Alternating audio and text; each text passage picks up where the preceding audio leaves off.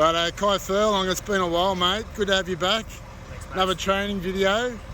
We're just going to discuss the contract. So we're out here at Gerringong, you've started your job. What were the options that you actually gave for the client? We gave the client two options. I actually open booked this quote. I gave him a fixed price option and a cost plus option. Obviously, into the fixed price quote, I built in a larger percentage, which they were able to see. I showed them everything. In this case, they took the cost plus option, which means any rise and fall in the price is actually covered by them, and then I get to put a percentage on top of that. There's two ways you can go with that. Obviously, for the owners, they just have to back that I've quoted it right, so they have backed me in this case. Yeah. Obviously, the numbers that I came up with, I was going to back with my percentage, so they did have that trust in me. Yeah. Cost plus, this contract's about $3 million, so it's a large project, and if you get the material quantities wrong, it can go terribly, obviously.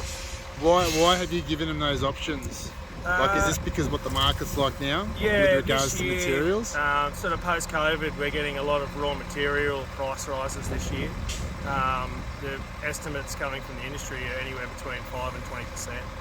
And so if they went for my fixed price contract, we were actually going to index all the pricing anyway. And basically what that means is we were going to give them a list of all the raw material costs that I pay. And if there was any industry increase on those amounts, then there would be a variation in the contract.